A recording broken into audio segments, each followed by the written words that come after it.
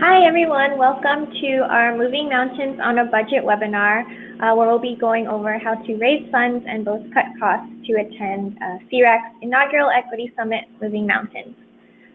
First, we'll do a round of introductions on who's on the line. So today we have myself, Alyssa Talabot. I'm the training manager here. I manage the Leadership and Advocacy Training Program as well as our Leadership, Empowerment, and Advocacy Fellowship, so the LAT and LEAF programs. And with me on the line is Mari Kinnamone, our Director of Communications and Development. Hi. So now we'll go ahead and start the content of the webinar in terms of how to fundraise and cut costs to make your way to Moving Mountains. Okay, thank you so much, Alyssa. My name is Mari Kinnamone, and I am in charge of fundraising and communications at CRAC. So I will be leading us through the kind of the fundraising portion of this webinar. So you want to attend Moving Mountains, but you've got a tight budget. This presentation is for those who would like to attend CRAC's inaugural Equity Summit, Moving Mountains, in October, but you're concerned about how to afford the cost of attending. As you know, Moving Mountains will bring together over 100 community members from diverse Southeast Asian American communities and provide a space to connect with each other, learn from and inspire each other, engage in intergenerational and cultural healing, and strengthen the community by contributing to a shared agenda for equity and social justice for all our families. But we know that aside from the conference registration costs, attending Moving Mountains may mean buying a plane ticket, finding a place to stay during the conference, and other associated costs. So in this webinar, we're going to touch on ways that you can save money at the end of the presentation, but we're mostly going to focus on ways that you can do your own fundraising to attend the summit.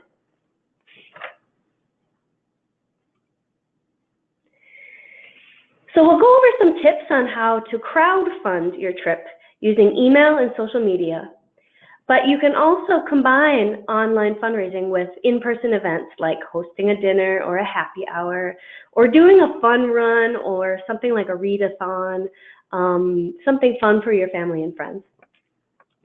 We're also going to discuss the option for local businesses, foundations, or organizations in your community to sponsor you as a local leader through our sponsorship program.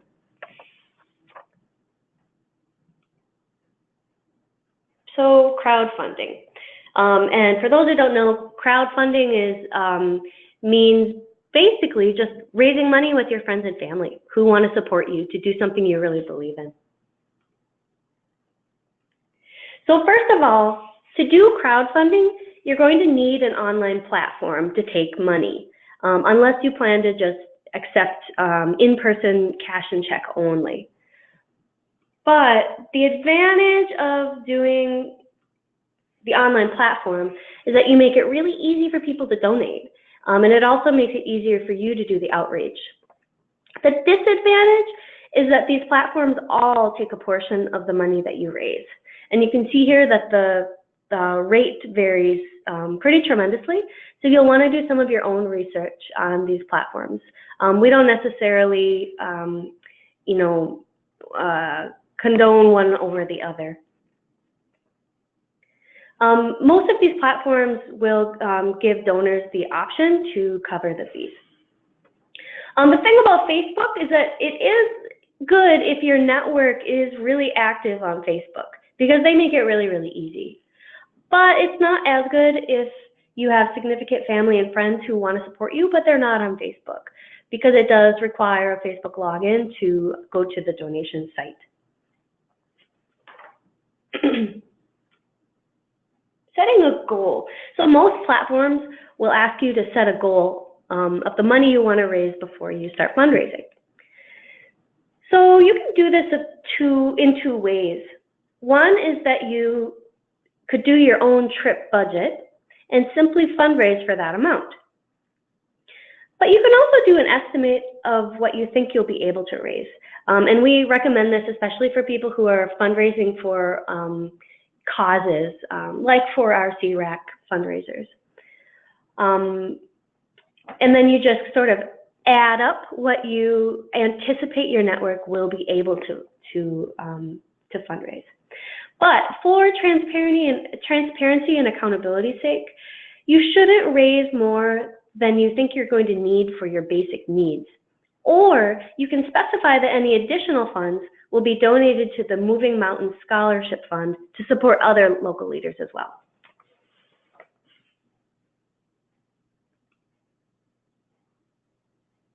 Oh, and just a little more on that, you can then do a generic call out for funds, kind of an open call, or you can actually ask specific people for specific amounts of money that you think they might be able to give. And that often is a little bit more effective than a generic call out. Or another approach is that you can say, I'm looking for, say, 10 people to give $50. And that will get you the cost of your plane ticket, for instance. Now, making the ask. No one likes to ask for money. It makes all of us uncomfortable, so you're not alone. But remember that I think now more than ever, people want to feel like they're doing something positive in the world, and they may feel grateful that you ask them to support you in doing something positive. Not to mention, your friends and family love you as a person, and they want to support whatever you feel passionate about. So let them support you, and let them get involved in this way with something larger than both of you.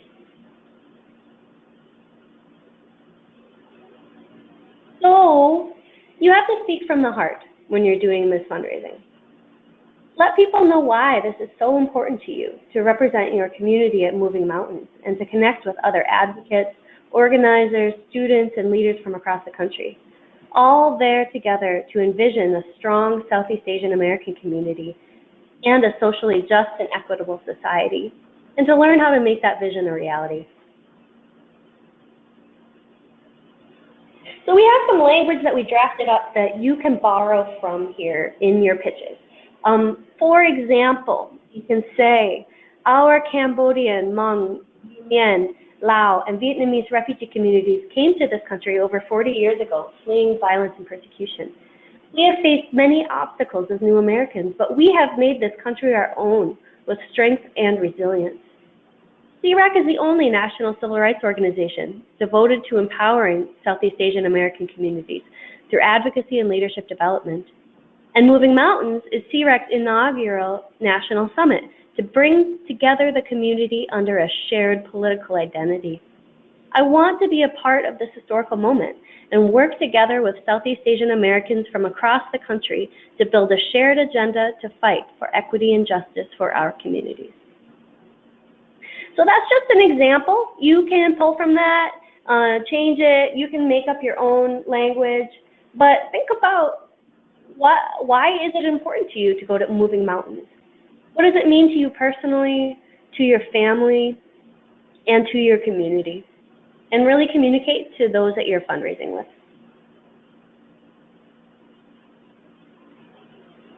So a couple more points on fundraising with your friends and family.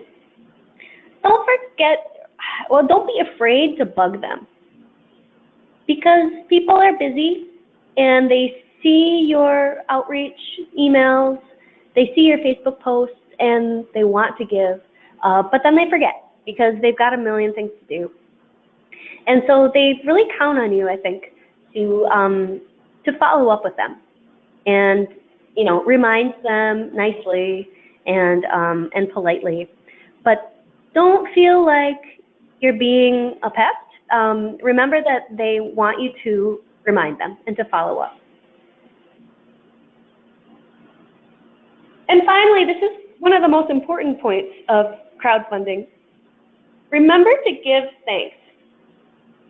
So every time you get a donation, thank that donor and make them feel really good about helping you. And you could do that one-on-one personally with them, but sometimes even better, do it publicly. A lot of people really like getting thanks on social media. It makes them feel good, and also it can inspire other people to want to donate and also receive that kind of acknowledgement. And all along the way, keep your network updated on your progress. You know, I've raised $200 of my $500 goal because it gives people some motivation to help you reach that goal.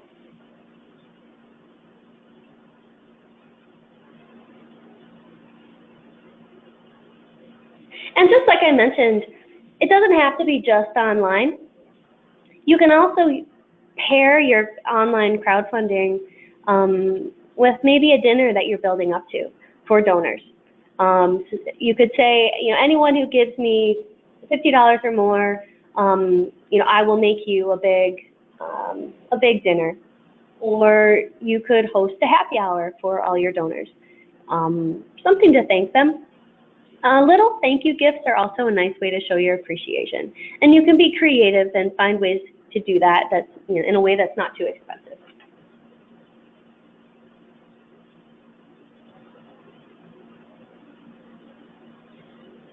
Okay, moving on.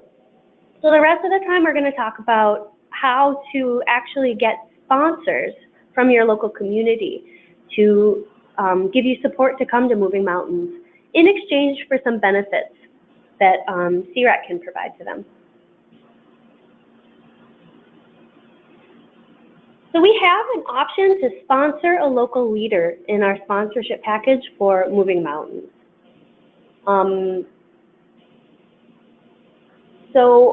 And there are some benefits that these organizations, which could include foundations, it could include just local businesses, it could include community-based organizations.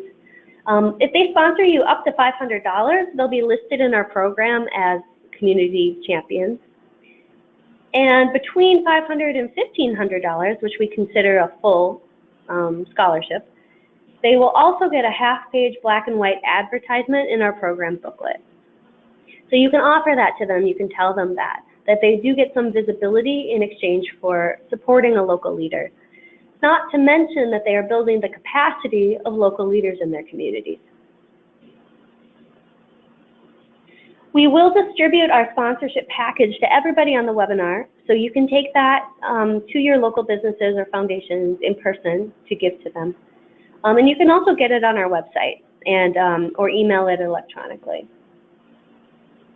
So if you know of an organization or business that might be interested in supporting you and getting recognized, don't be afraid to contact them and ask. So, the worst they can do is say no. And they can always reach out to me for more information, and I will share my contact information at the end of the webinar. So now I'm going to hand it over to Alyssa to talk a little bit more about how to do DC on the cheap if you're on a budget. Thank you. So one first thing I want to mention is alternative lodging options.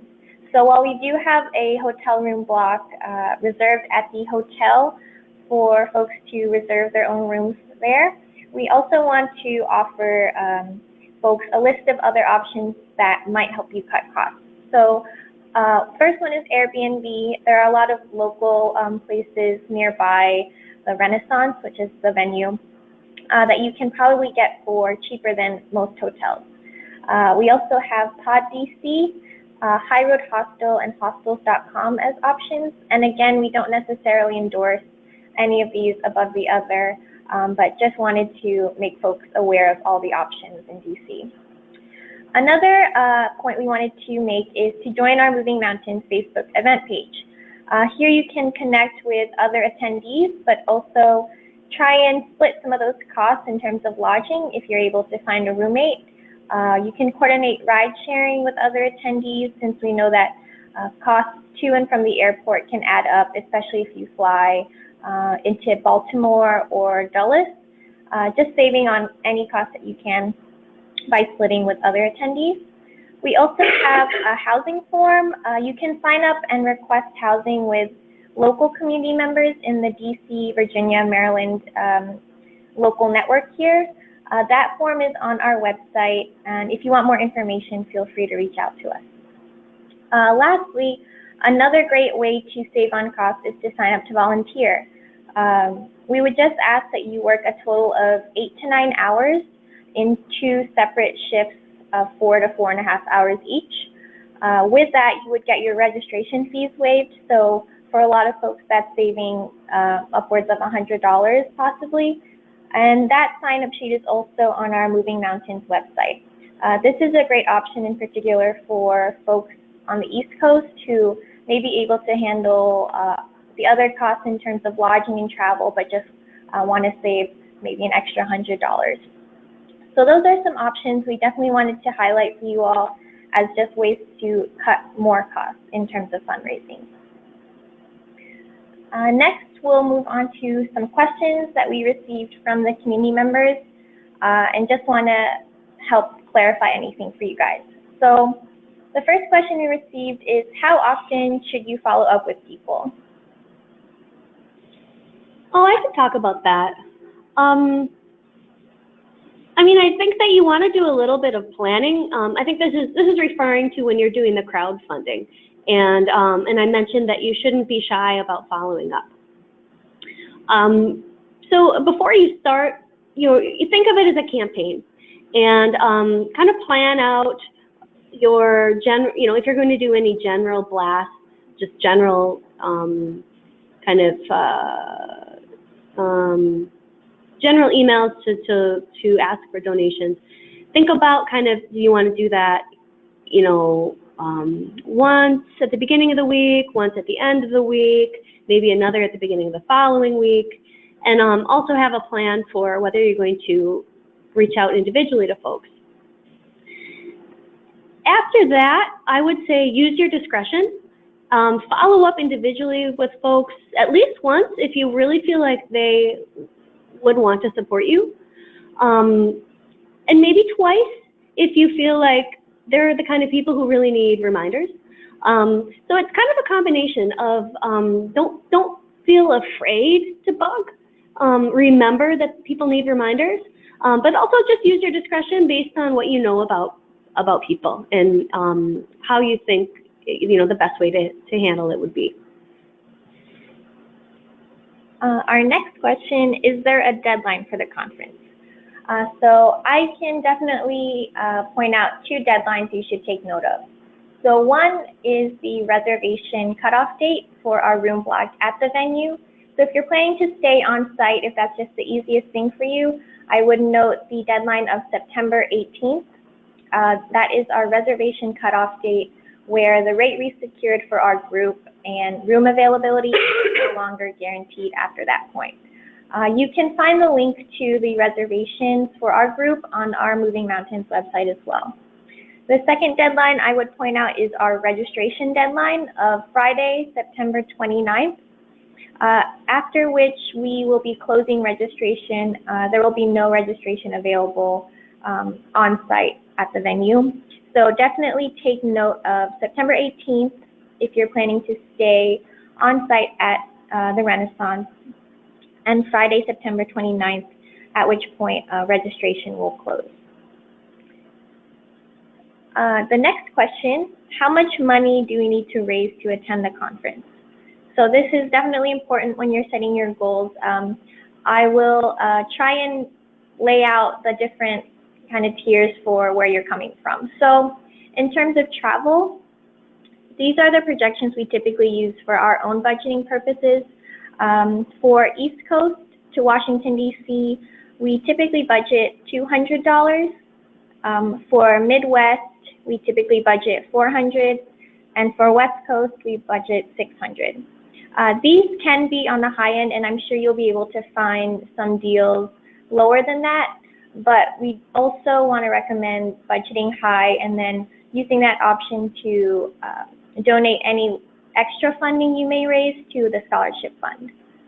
The next cost associated with the summit would be lodging.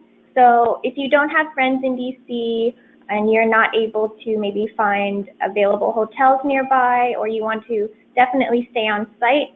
We'll go over the rate for the Renaissance. So our room block, we secured a rate of $275 per night plus tax. So with 3 nights, that adds up to $825 plus the tax. And again, these are 4 standard rooms. So this is 1 king or 2 double beds. So another way you can help save money is if you get a group possibly to go, or you have other folks that you know want to attend. Definitely splitting lodging costs could help a lot in terms of budget. And then lastly is registration costs. So the registration costs are tiered based on different types of community members. So we start off with students and elders, which we say are 60 years and above. Those are both $50. The next tier is LAT and LEAF alumni. So any folks who were past participants of our training programs have a discounted rate of $100. Next are grassroots or nonprofit staff, which is priced at $125, and then all others are $175. So adding it all up, it comes out to anywhere from $1,000 to $1,500, and those prices correlate with the sponsorship of local leaders that you can pitch to local businesses, foundations, and organizations. So a lot of things to take into account, but also want to highlight again, a budget for the high end, and any other funds you raise could always be donated. We have another question. Does CRAC offer any materials to use on our social media outlets? Yeah, we will have some materials available. So I encourage you to reach out directly to me, Mari at CRAC.org, and we can talk about your campaign and get you some visuals that you can use online. And our last question, how soon do I need to secure airline travel to secure the best rates? I would recommend trying to stay within a 1-month window before. Anything after 1 month kind of gets, things can sometimes get cheaper, but mostly prices will go up. So by mid-September, I would definitely try and figure out if you're attending or not, especially with that registration cutoff date, the end of September. So I think that's it for questions. We'll just end on one last note. If you need any ideas or support at all, feel free to contact either Mari or myself. We're here to help, and our top priority is getting as many folks from across the country able to attend Moving Mountains. So if you need any materials to use on social media, you need the sponsorship package emailed to you, anything like that, don't hesitate to reach out. We're definitely here to help. So with that, we will end the webinar. And again, feel free to reach out if you need to get in touch with us. And we hope to see you all in October. Thank you. Thanks, everyone.